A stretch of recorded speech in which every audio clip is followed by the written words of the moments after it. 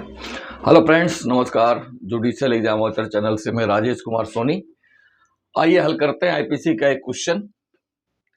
Question है, ए ने अपने सेवक बी को पीटने का आदेश दिया, तदनुसार बी उस सेवक द्वारा पीटा गया।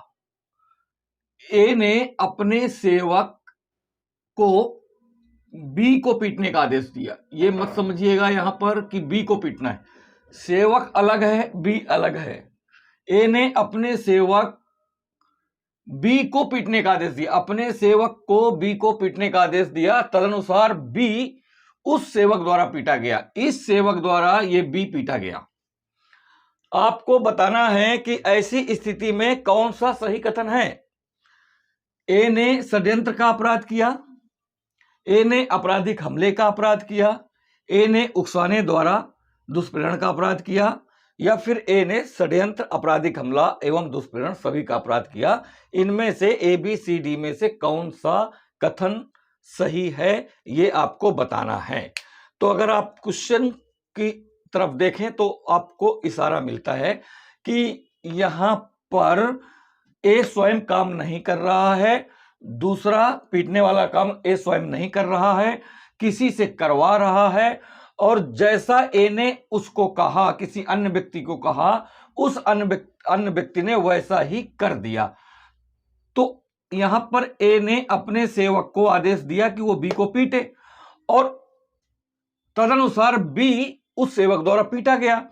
तो यहां पर आप देखें, इस आदेश से कंफ्यूज नहीं हो। यहां पर ए ने डायरेक्ट किया, अपने सेवक को कहा, यानी कि यह संकेत करता है उकसाने की तरफ, और उकसाने का मतलब है अबेटमेंट। अबेटमेंट का एक फॉर्म है उकसाना, और उस अकॉर्डिंग देखें तो आंसर आएगा आपका ये, ए ने उकसाने द्वारा दुष्प्रेरण का अपराध किया। आंसर तो ये होगा।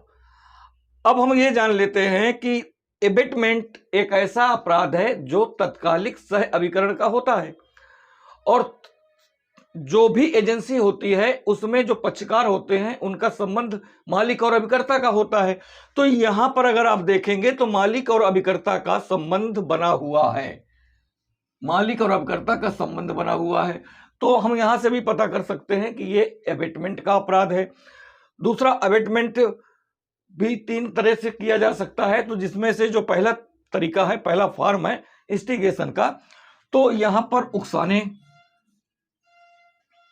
उकसाने द्वारा उसने दुष्प्रेरण का अपराध किया। अब हम देख लेते हैं सेक्शन 107 आईपीसी का, जिसमें अबेटमेंट को डिफाइन किया गया है, और उसमें बताया गया है कि तो अबेटमेंट का जो पहला प्रकार है, पहला तरीका है, वो इंस्टिगेशन का है, उकसाने का है, उत्तेजित करने का है, भड़काने का है। ये एक तरीका है। वो एक तरीका जो इंस्टिगेशन है वो कई तरीके से किया जा सकता है, जैसे कि हिंटिंग द्वारा, by suggesting, by hinting, by directing, by advising, या फिर और भी अन्य तरीके हो सकते हैं। ये मात्र पर्याप्त इतने तरीके नहीं, और भी अन्य तरीके, संभावित तरीके हो सकते हैं जिनके माध्यम से हम किसी व्यक्ति को इंस्टिगेट कर सकते हैं, वो भी तरीके हो सकते हैं।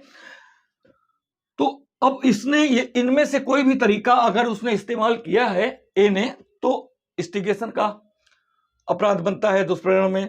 और अबेटमेंट का मतलब होता है किसी अन्य व्यक्ति को एक दोषपूर्ण कार्य करने के लिए उकसाना या उत्तेजित करना। किसी अन्य व्यक्ति को एक दोषपूर्ण कार्य करने के लिए उकसाना या उत्तेजित करना, ये अबेटमेंट का मतलब होता है। तो इस तरह से अगर हम देखते हैं तो पूरा अगर एनालाइज करके देखा जाए तो आंसर एकदम से आपको फिट बैठ रहा है। ए ने उकसाने द्वारा दुष्प्रेरण का अपराध किया, इसलिए आंसर ये सही है। अगर आप अन्य विकल्पों पर भी ध्यान देते हैं तो, क्योंकि अबेटमेंट षड्यंत्र के द्वारा भी, षड्यंत्र में शामिल होकर के भी किया जा सकता है, ऐसा यहां नहीं है, ऐसा यहां बिल्कुल भी नहीं है। इससे पता ही नहीं चलता, षड्यंत्र पता ही नहीं चलता, आपराधिक हमले का कोई मामला ही नहीं यहां पर बनता है। और जब ये दोनों नहीं बनते तो फिर ये तीनों एक साथ हो नहीं सकते इस व्यक्ति के द्वारा। तो इससे हमने क्वेश्चन के आंसर को एनालाइज भी कर लिया, उसकी जांच भी कर ली, और इतना जान लिया इसके संबंध में, इस तरह का कोई भी स्थिति परिस्थिति आता है तो हमें आंसर कैसे देना है, कैसे तत्काल हम सही विकल्प पर पहुंचे, ये भी हमको पता चलता है। तो थैंक यू फॉर वॉचिंग।